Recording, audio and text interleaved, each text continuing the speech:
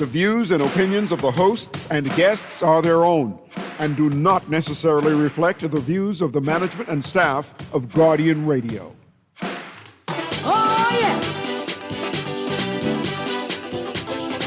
All right. My beautiful islands. Woo. I tell you, if the good Lord never goes on holiday, tell me why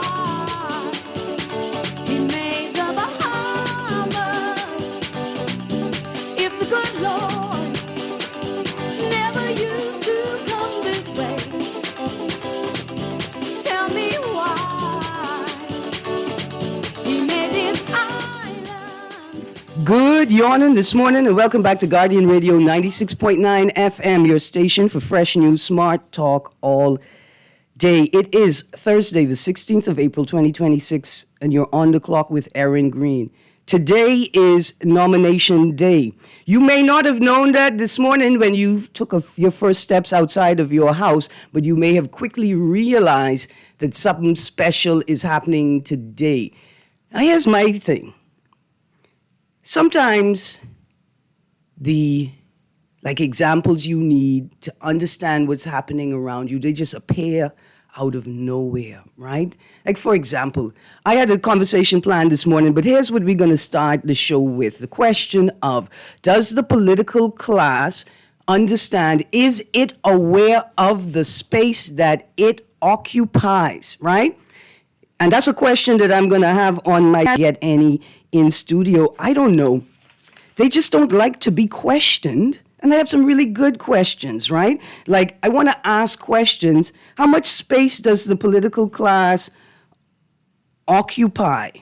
And how much of our resources do they consume? Right now, that may seem like an odd question at first. You say, man, Erin, be asking these like university questions and things. But this morning, on my way to work, right, I realized that I had miscalculated my route. But fortunately, got off the road just in time to miss the nomination day parades as constituency teams lead their candidate to the nomination station. They're lining up everywhere. They're lining up everywhere, including directly opposite the Nassau Guardian building, right? In fact, in my car today, I started a little observation, right? A little scientific observation so I could assess the impact of the volume of the team. They just staged. At that point in time, they wasn't even moving. They weren't even prepared to move. They just warming up the speakers right next to the radio station. The first question I asked myself is, are they even aware that there's a radio station right? They're like in proximity. They could see it from where their trucks are parked or their speakers are located, right?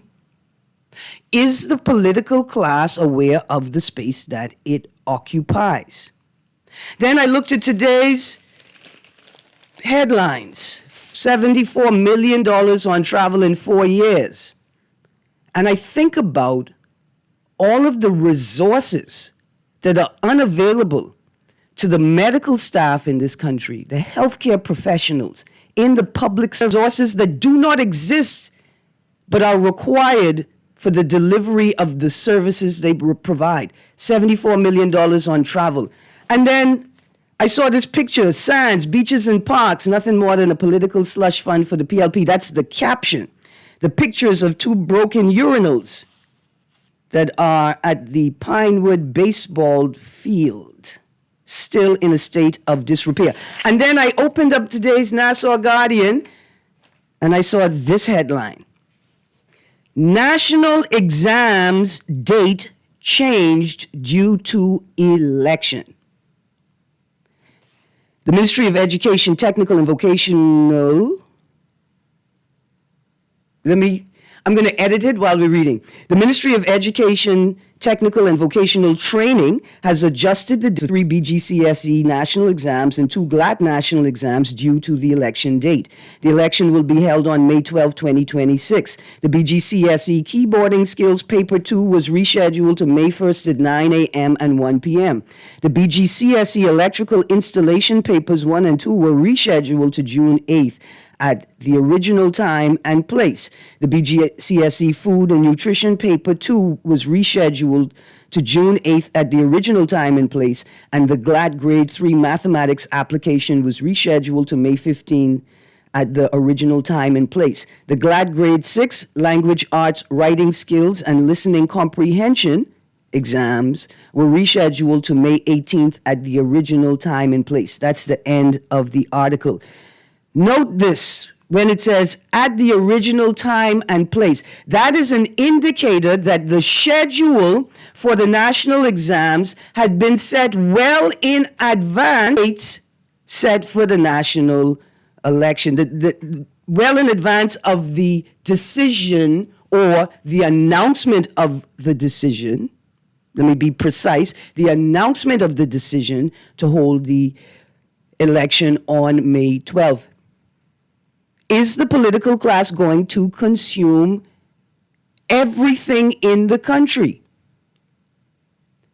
First of all, you had a manifesto launch that conflicted with the return of the winningest national sports team in the history of the Bahamas.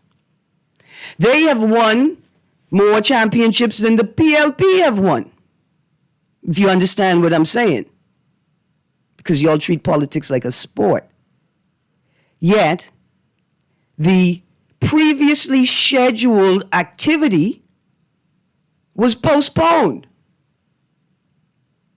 for the launch of a manifesto that was unavailable for the actual launch.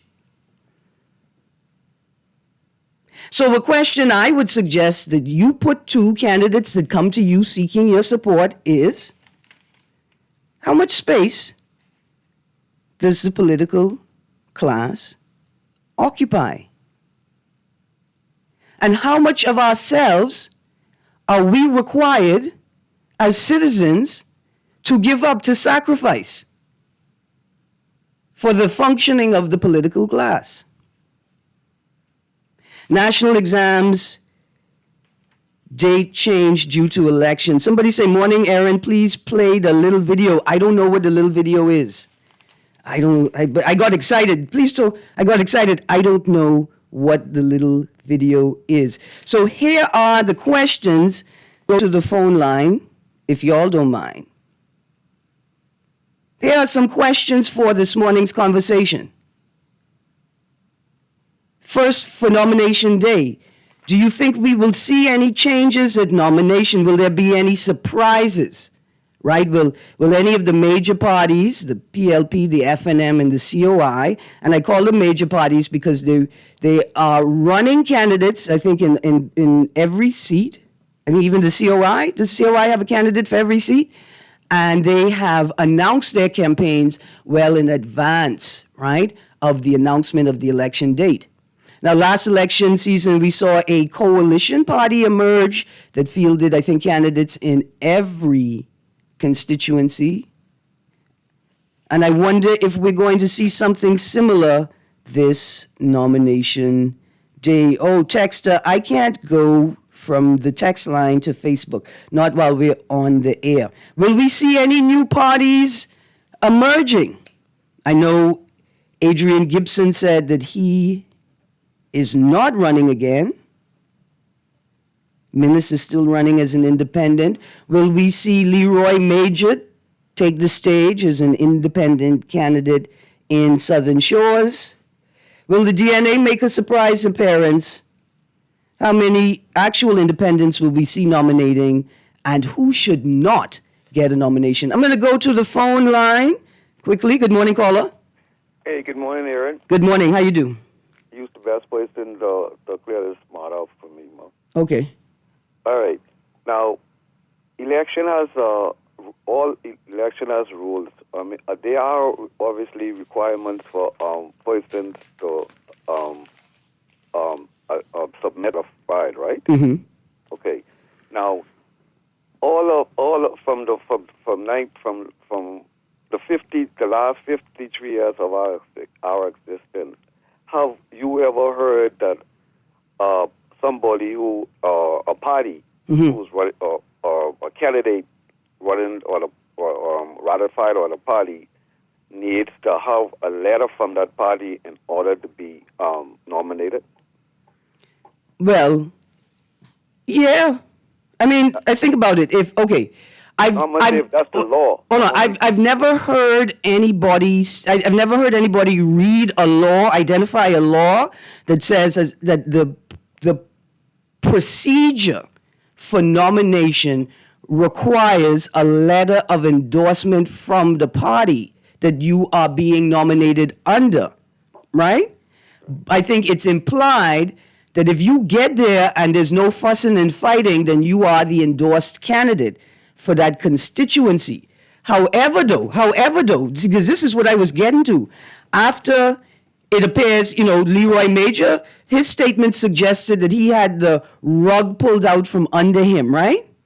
Even the public commentary surrounding the Southern Shores ratification, Clint Watson, looking at the commentary, it appears as if Clint Watson had the rug pulled out from under him, right? And so I could imagine a conversation where somebody says to somebody in the party, boy, if you don't have a letter from your party saying that you are the candidate, don't trust nothing until you get to nomination day. Okay, but now we are at nomination day. Right? We are at the desk of right, and we are submitting our applications and the paperwork, right? And paperwork, right? And all of a sudden, right, there's an additional request, right? From the Parliamentary Registration Department staff? From the Parliamentary Registration staff for one particular organization, because nobody else is being asked to present a letter of verification. Of verification from their party, despite these people were nominated and was ratified by their parties, right? So that's an additional information, right? But it might have been more sensible if everybody was put in the same position, or that was a requirement. Right. Okay. So let me take it from here, right? Because this is a fascinating movie, right? This is a fascinating movie script.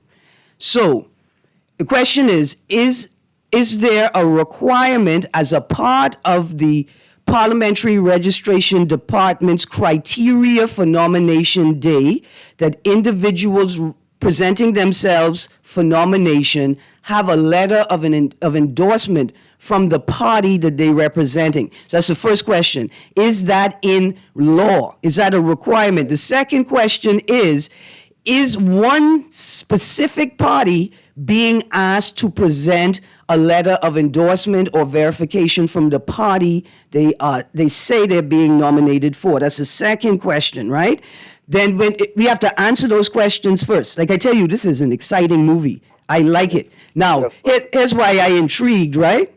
Because if a circumstance like this were to happen, it is more likely, right? It is more likely that a member of the party in question is working in collusion with the Parliamentary Registration Department to make the decision, the choice of who to nominate easier. So I'm not the one who's saying to you, oh my goodness, we had prepared you and we forgot that you needed a letter of nomination and now you can't.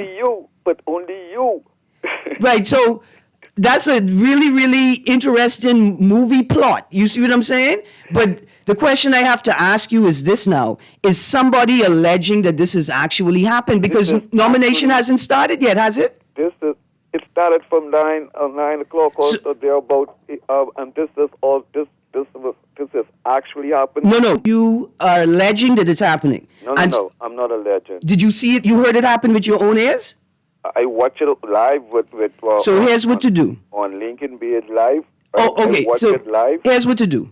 during the nomination. The individuals involved need to consult their lawyer right away. Call them on. Hold That's on. what they're doing. Right. Call them. But let me say it for the broader audience, right?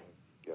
If this circumstance is happening, what you do is you call your party lawyer. They should be there anyway, right?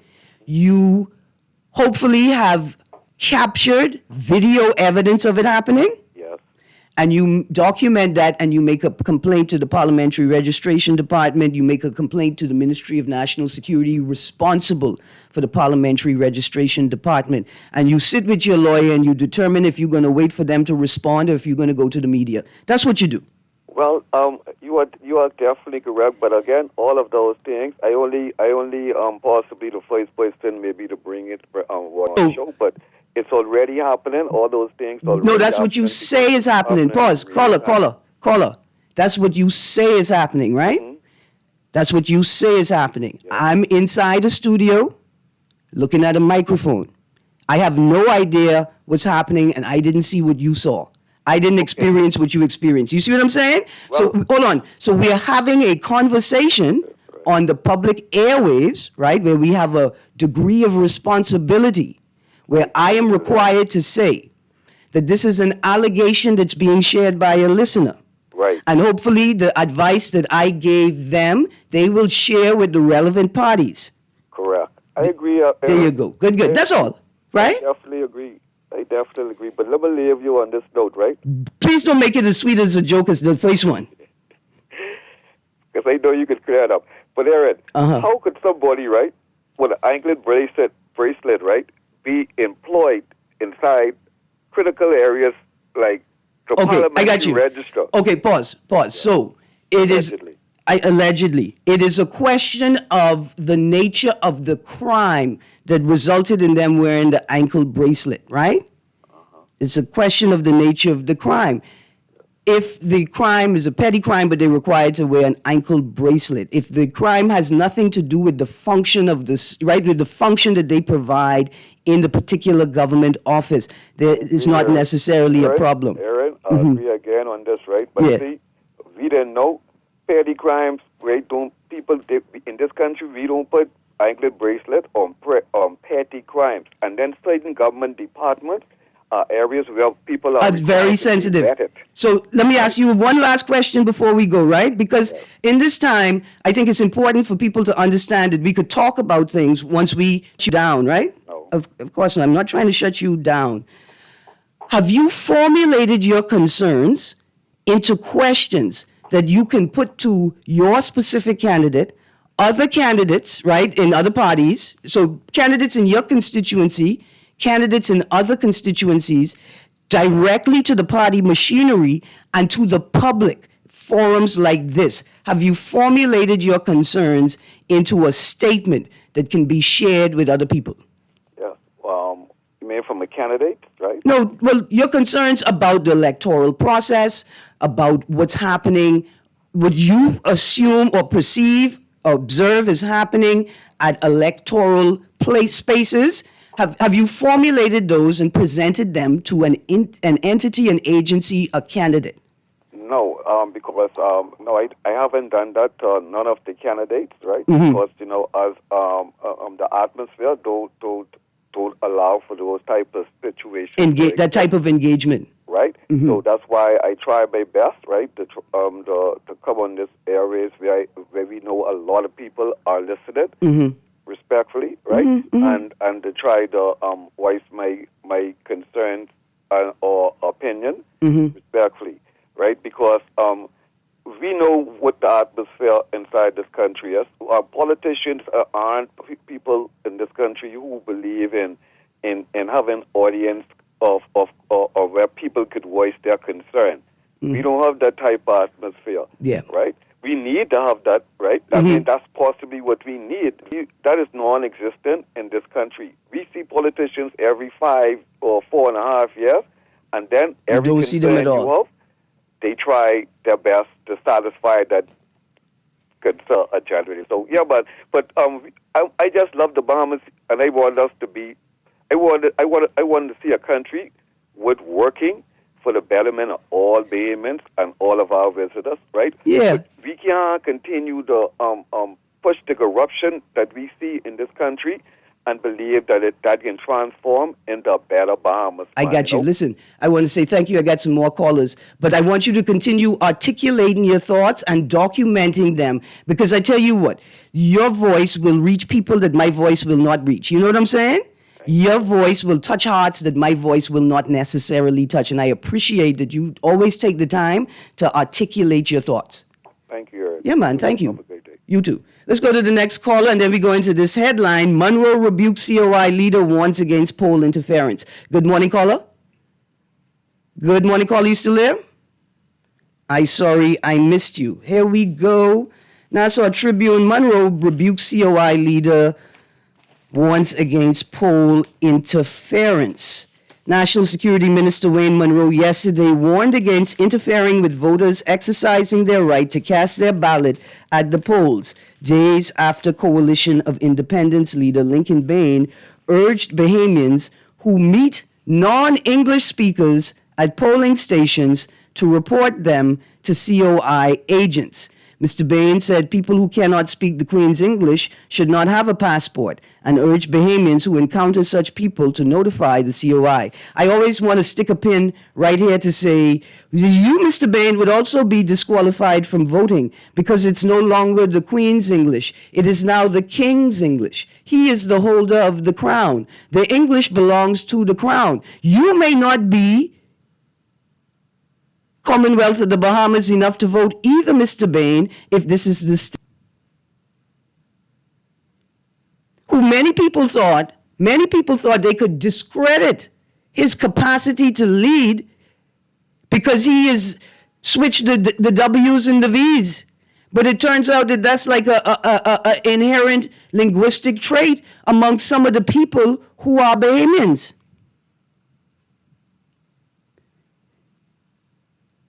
Oh, there's excitement. There's excitement at the nomination station. Questions of conflicts. Texter, I can't read this out loud, but I await news in the news break.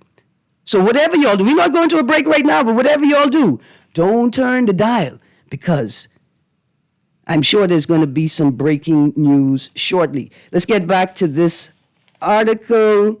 He said the party would keep a proper record if it needs to go to an election court, where he said, quote, the battle begins, close quotes. Oh my, wow. Where he said, quote, the battle begins. I'm going to go to the phone line, and then we're going to get back to that, because that right there is what we're going to talk about after this caller.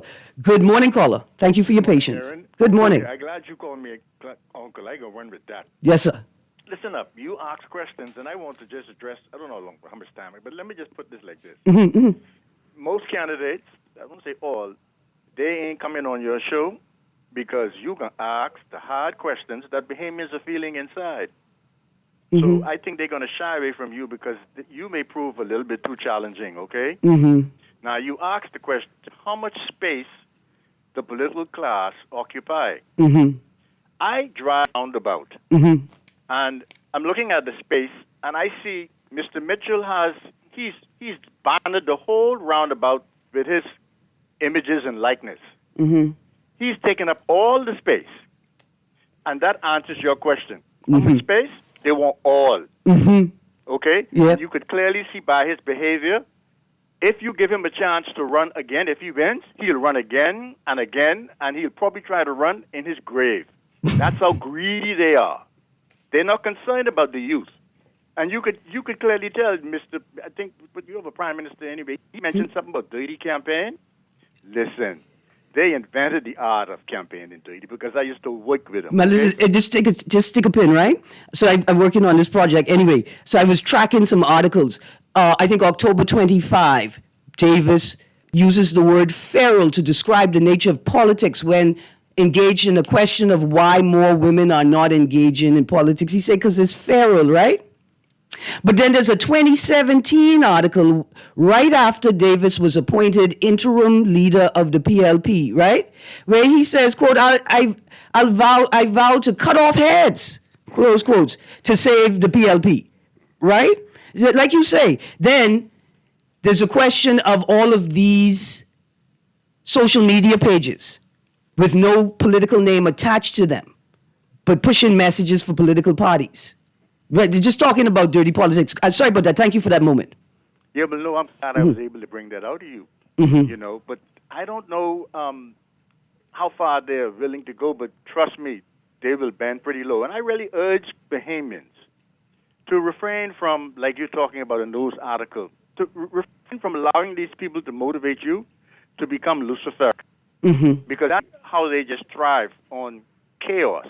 And for some strange reason, Bahamians enjoy it. Yeah. We go to, and then we go to church on Sunday and ask for repentance. Eh? So that's our nature. So we just got to be careful to don't get caught up in it. Yeah. All right. Thanks for taking my call. No, absolutely, Uncle. Thank you very much for calling. Let's go to the next caller quickly. Maybe we talk about some of these campaign songs. Good morning, caller. Yes, good morning, Ms. Green. How are you? I'm good, thank you. How are you? Okay, I was calling in reference with what you said, Leon Monroe said, right, as Yes. it relates to Mr. Bain. Yes. I want to find out, in the capacity, I know he's in charge of the armed forces, but is that the police position to warn Mr. Bain about anything happening at the polls, or is that the Minister of National Security position to speak that? Because I feel he's using his power to influence. I believe anything that is being done wrong or be seemingly done wrong at the polls, anyone other than Mr. Bain, not only Mr. Bain has the right to speak out and to observe things.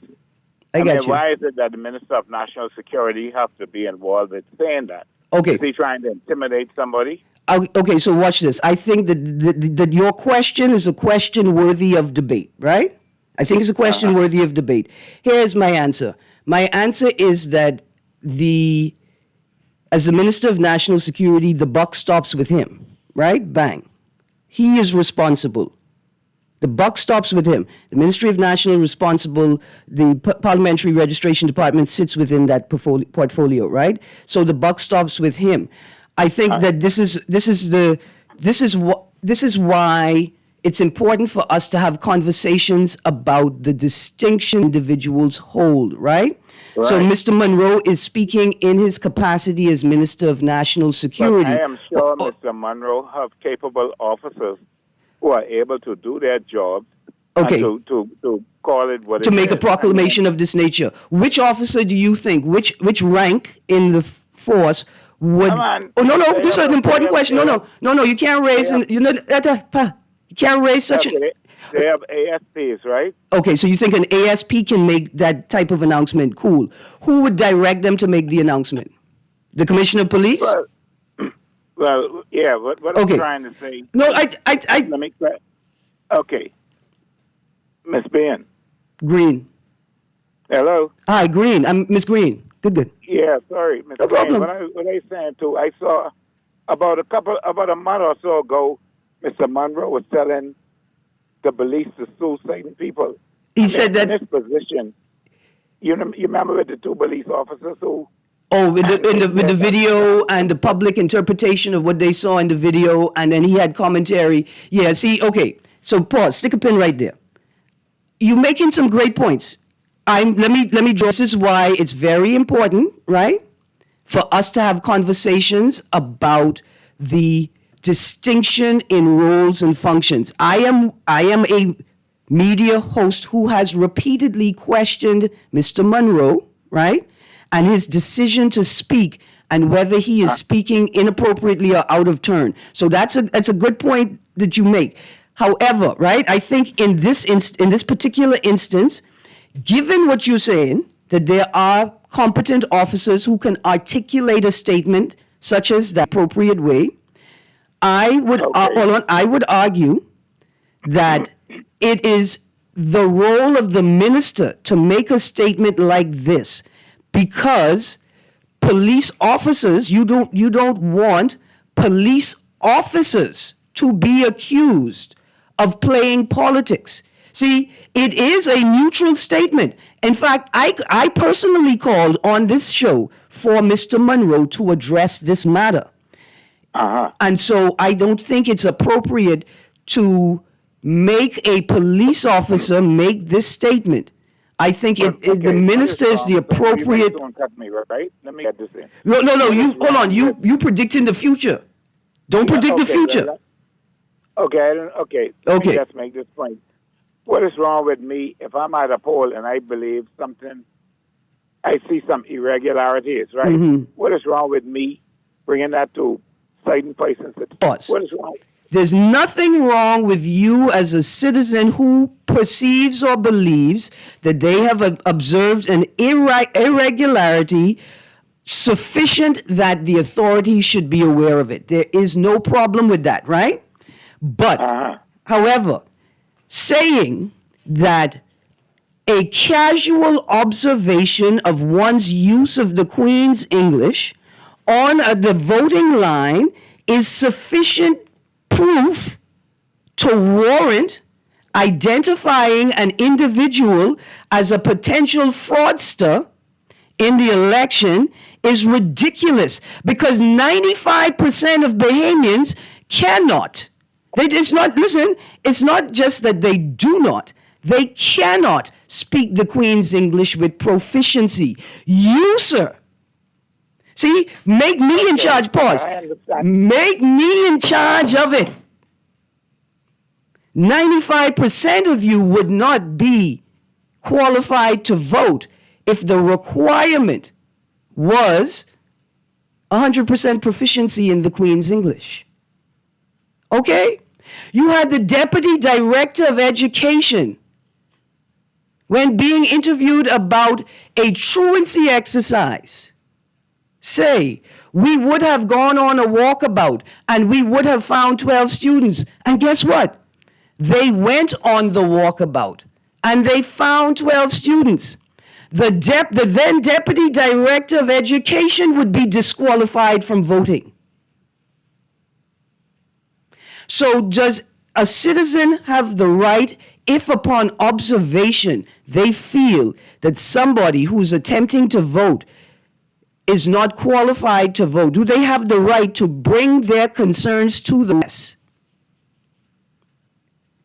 Making proficiency in the Queen's English the standard and the casual observation of said English is the most foolish thing ever, because the people who making the observation are not qualified. Now, you may think that I'm being mean and disgusting, but guess what? The vast majority of us speak Bahamian English. And that's why we're seeing such low test scores, because a lot of us speak Bahamian English very well, but cannot perform proficiently on a test requiring what is now the King's English. Let's go to the phone line. Good morning, caller. Hello, Miss Green. Good morning. How you do? Thank God for life, as usual, Miss Green. Yes, sir. On the Queen's English thing, right? Mm-hmm. Or the way we speak. When I was growing up in school, they tell me we speak Bahamian dialect, broken English. Right. So listen, in the homes, like most of us, we grow up. Our first language is Bahamian dialect. That's what we speak in the homes. That's what the people around us as babies speak, and that's what we pick up, right? Yes. And then as our parents and in our communities, as we hear people like the priest speak, as we hear our teachers speak, our parents speak, then we become proficient in Bahamian English. And then when we go to school, right, what they're teaching us is, like, because I'm 50, what they taught me was, right? Proper English? But listen, for me... Proper English? Yeah, but for me in QC, a number of my teachers were actually English. Yes, you'll be in the QC, yes, ma'am. Right, and so in that school setting, right, so I had access to Bahamian dialect. Now, you know my mother, she's a permanent secretary, Yes, ma'am. and she used to pinch my ears when I said coin, and, right, so... You still getting your ass pinched today. Boy, listen, I tell you, I've been to Esther May Hanakal Memorial. If it used to get pinched before, I expect it still to get pinched if you run out. Do you see what I'm saying? Pinches galore. So, like, I've been fortunate to have access to Bahamian dialect, Bahamian English, and the Queen's English, right? Yes, ma'am. And American English through magazines and television programs. Yes. But the vast majority of us are barely proficient in Bahamian English. Yeah, I agree. And so, I wanted to ask you something. I'm Yeah. listening to the different nomination and stuff. Mhm. Is it wrong? I mean, I should say it this way. I think it's wrong for the what you call him, the communication man. What he is. Hold on, he serves as Director of Communications in the Office of the Prime Minister, but he also serves as, I think, Director of Communications in the Progressive Liberal Party. Okay, so he must be speaking as Director of Communication of the Progressive Liberal Party when he say the Bahamian people, like he convinced the Bahamian people we reach to the stage that we're not gonna do this where we keep voting out governments for the last 20 years. It must have been, hold on. It must have been as the PLP communications director, because that would be a totally and wholly inappropriate and unprofessional statement for him to make as the director of communications in the office of the Prime Minister. Yes, ma'am, I agree. And I think even as the PLP communication, he wrong. He dead wrong. Because that's the only tool we, the Bahamian people, have to deal with these either politicians or these different politicians in government. We don't have the recall system. I haven't heard no party. I haven't not even heard the COI unless I miss it. I didn't hear no one say they put in the recall system in their manifesto or their blueprint. So that's all the Bahamian people get. I think it's foolish for him to expect the thing that, I don't know who tell him the Bahamian people get another tool, but we have to work in a certain They told us, hold on, Papa, they told us that's the only tool we have. See, I thank you for raising that point. Yes. The political class has consistently told the public, right? You're asking all these questions and you think that we're supposed to consult you when it comes to decision making. You get your decision every 5 years. They're supposed to come to us to make the decision, to find out and consult with us, eh? That's what they're supposed to do. And all these the mandate. all these campaign generals, they're supposed to be creating communication channels within the areas that they quote unquote control to ensure that the voices of the people in those areas are making their way to the party machinery. When I talk to the people, it's only the only channel those generals doing is in their pockets, their own self-interest and empowering them, themselves, friends, family, and lovers. Now, listen, Papa, I got 2 more calls on the Keep up the good line. work, Mr. Thank you. I got 4 texts, and I just realized my producer ain't give me no commercial yet, right? So I'm going to take these 2 calls. We're going to go to a commercial, and then I'm going to run through these texts faster than these guys run to the nomination station. Let's go to the caller. Good morning, caller. Yeah, Miss Erin, how are you? I'm good, thank you. All right, first of all, the man who just called a reference to the bringing to the attention of anything like that. I don't know which country you think he's living in, and let him go fool with the wrong person, and I want them to not only sue his backside, but also basically deal with them, let the law deal with them. You talking about interference with people on the voters line? Yes. Yeah. Yeah, let him go try that. Yeah, and listen to the same one who tell him to go do it. And I wish that person sue the backside off. Because, you know, we really got this. Let me tell you something. I think, especially in that third party, I think it's like they on some kind of juice. I don't know what juice they on or what beverage they on, but it's like they ain't in reality. And the fact of the matter is they need to understand there's laws and rules. Yes, sir. And regulations. Listen, thank you. You go messing with somebody, and you go mess with that person and see what's going to end up happening. Thank you much. Listen, to the caller on the line, I'm so sorry we have to go to the break. Understand something. The power of the vote, the importance of the vote. What are I through? In the hopes that their descendants would live in a world where they're free to make their own choices. This 2026 is not the year when we're going to start interfering with people's right to vote. We're going to a break. When we get back from the break, we're going to run through these texts. Stay tuned. Guardian Radio 96.9 FM. Tell me why we made these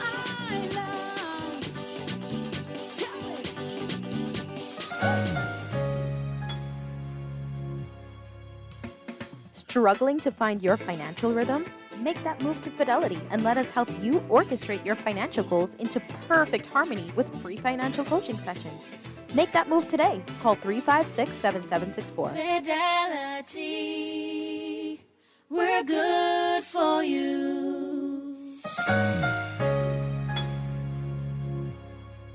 The following is a paid political message.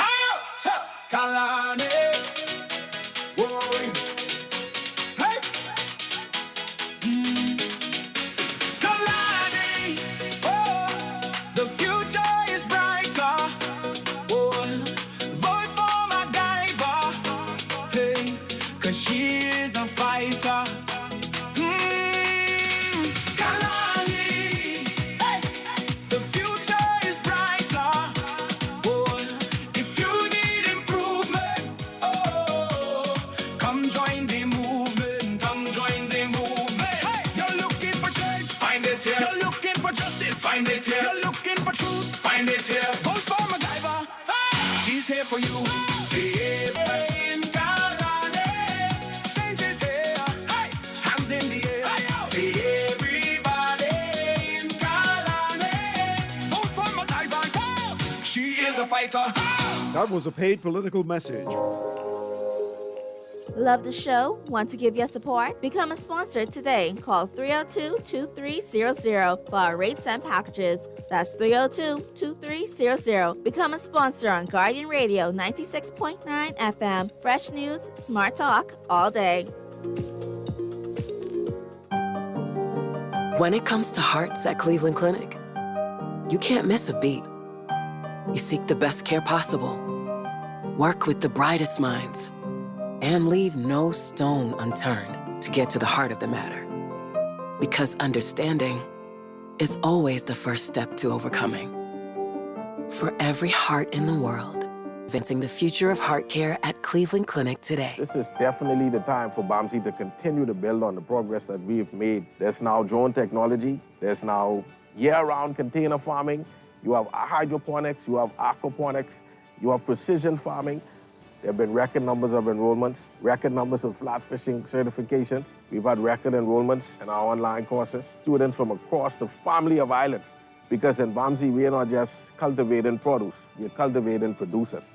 For fast, reliable, and impactful printing services, look no further. Let Printmasters bring your masterpiece to life.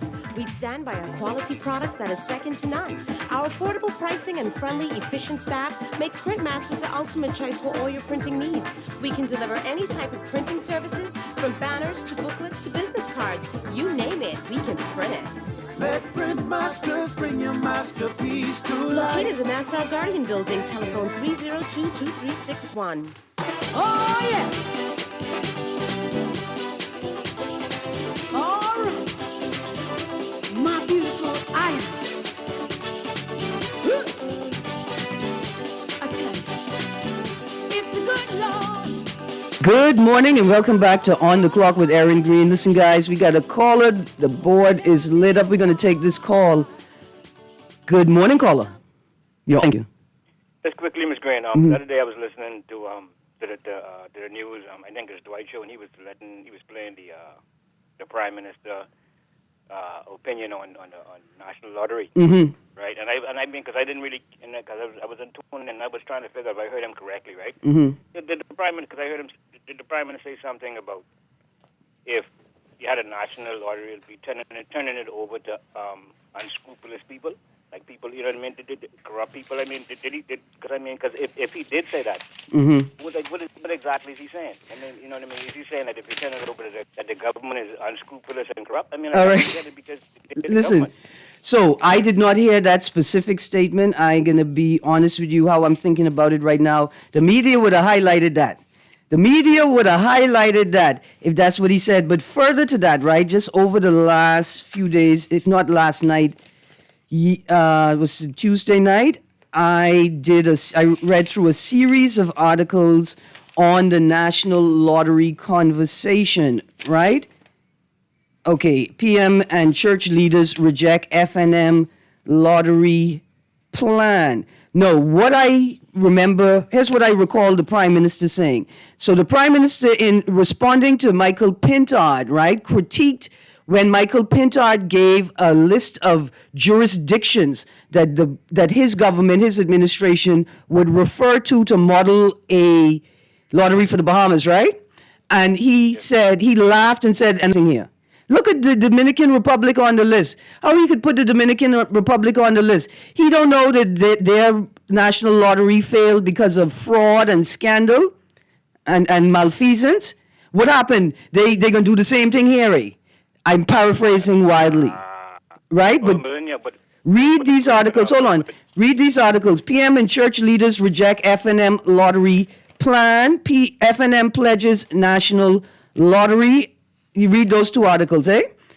All right, man. But his whole his whole statement about that was tricky. I mean, like he was stumbling over his words. Like it's almost like he was afraid when he was talking about it. It was just amazing to hear him. No need to speculate. Thank you, caller. No need to speculate. I just find like why you didn't say these things when you were deputy leader of the party. We got to go to the text line. Here we go. There are many things that should be up for debate. I hate the hate. Remember when our PM placed his foot in his mouth by saying, yeah, when he's talking about that ASP. Thank you, Erin. The misuse of would have drives me insane. I want you all to know Keith Bell is patient zero for that pandemic. Erin, is Popper really a PLP? Boy, I ain't sure. If Popper's a PLP, yes, he's a PLP. Now, you see when you read the first page of the PLP manifesto, the underwrite where it say, who are we? And it says, we are the party that was born out of the struggle for majority rule, founded because ordinary Bahamians were shut out of the decisions that shaped their own lives. That's Eddie Hanna PLP they talking about. Not this PLP. Popper's a member of that PLP. You know, the one I wish Glennis Hanna would take. I wish he would take A.D. Hanna PLP to someplace where it will flourish. He is the type of PLP the PLPs need.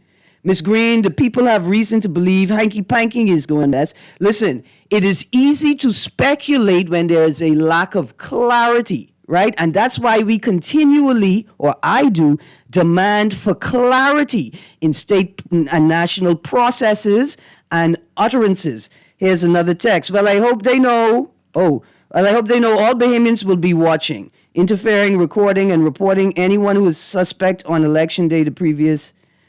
No, the texter. What is wrong with y'all? What is wrong with y'all?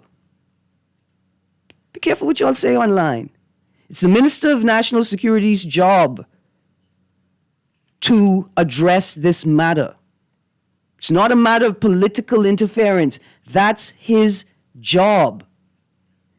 And there are measures and mechanisms in place. Yes, the police, right? But it's not their job to make the statement. It's the minister's job to make the statement. Here's another text. The PM mix-up. Pintard never spoke ill about the PM, neither the PLP. He said he loved them. There we go. That's the text line for the day. Producer, I don't know if we could take that last call. I'm so sorry, caller. We are all out of time. I had to get the text in. I didn't read a text, but from the top of the show.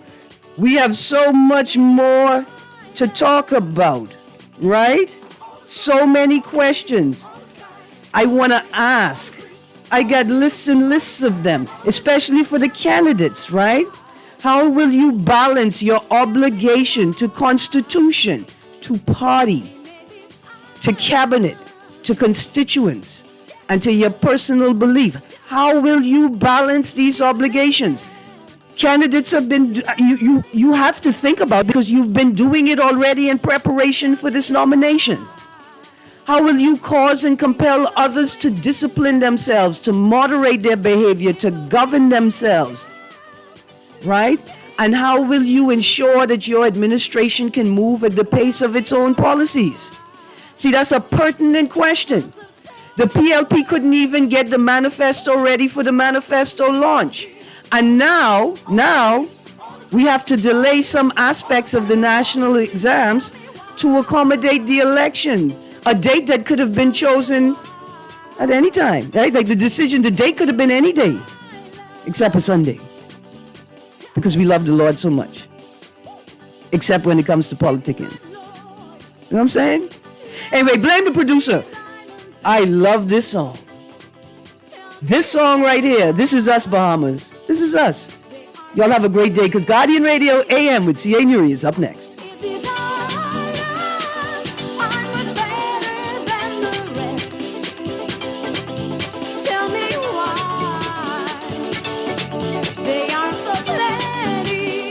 New roads and airports are connecting our islands. Energy reform is bringing electricity prices down, while young Bahamians are stepping up, gaining new skills for new opportunities.